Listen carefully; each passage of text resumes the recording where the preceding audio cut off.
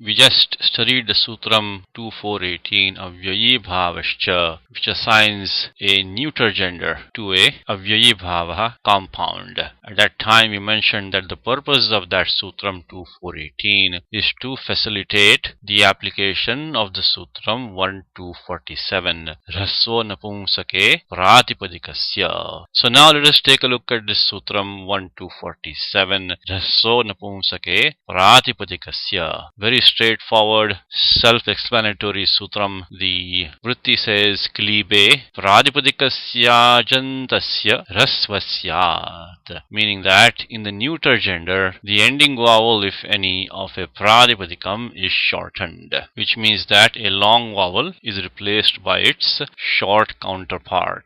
Now, why does the vritti say ajantasya? The reason is that whenever we talk about rasvaha, dirghaha, we have to understand that these apply only to a vowel, to a ach letter. Actually, Panini has a sutram 1228, achascha, which is a paribhasha sutram, which clarifies the fact that the sanya rasvaha, dirghaha, plutaha applies only to a ach letter, to a vowel. So whenever Panini says rasvaha, dirghaha, plutaha, we have to immediately supply achaha. So now supplying achaha to this sutram 1247, we get achaha pratipadikasya. That achaha qualifies pratipadikasya, which brings into play the paribhasha sutram 1172, which we have studied. Yena vidhistadantasya. 1172 states that a qualifier by means of which an injunction is made stands for a term which ends in it as well as for itself.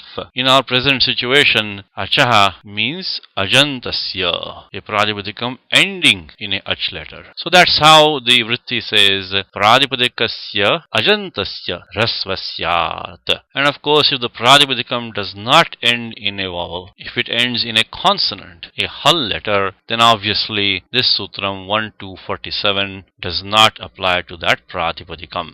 One last point here is that let us not forget 1152 alontyasya. Whenever a substitution is prescribed, the substitute takes place of only the last letter of the term being substituted. In our present situation, a ajantam pratipadikam is being substituted by a rasvaha. Hence 1152 alontyasya tells us that only the ending ach of the pratipadikam is replaced by rasvaha, its short counterpart. So in this entire language, there will never be a pratipadikam which is used in the neuter gender and ends in a long vowel. If a pratipadikam used in the neuter gender ends in a long vowel, that long vowel is immediately shortened by this sutram 1247. So please keep in mind that if you see a pratipadikam being used with a long vowel at the end, you can be sure that it is not being used in the neuter gender.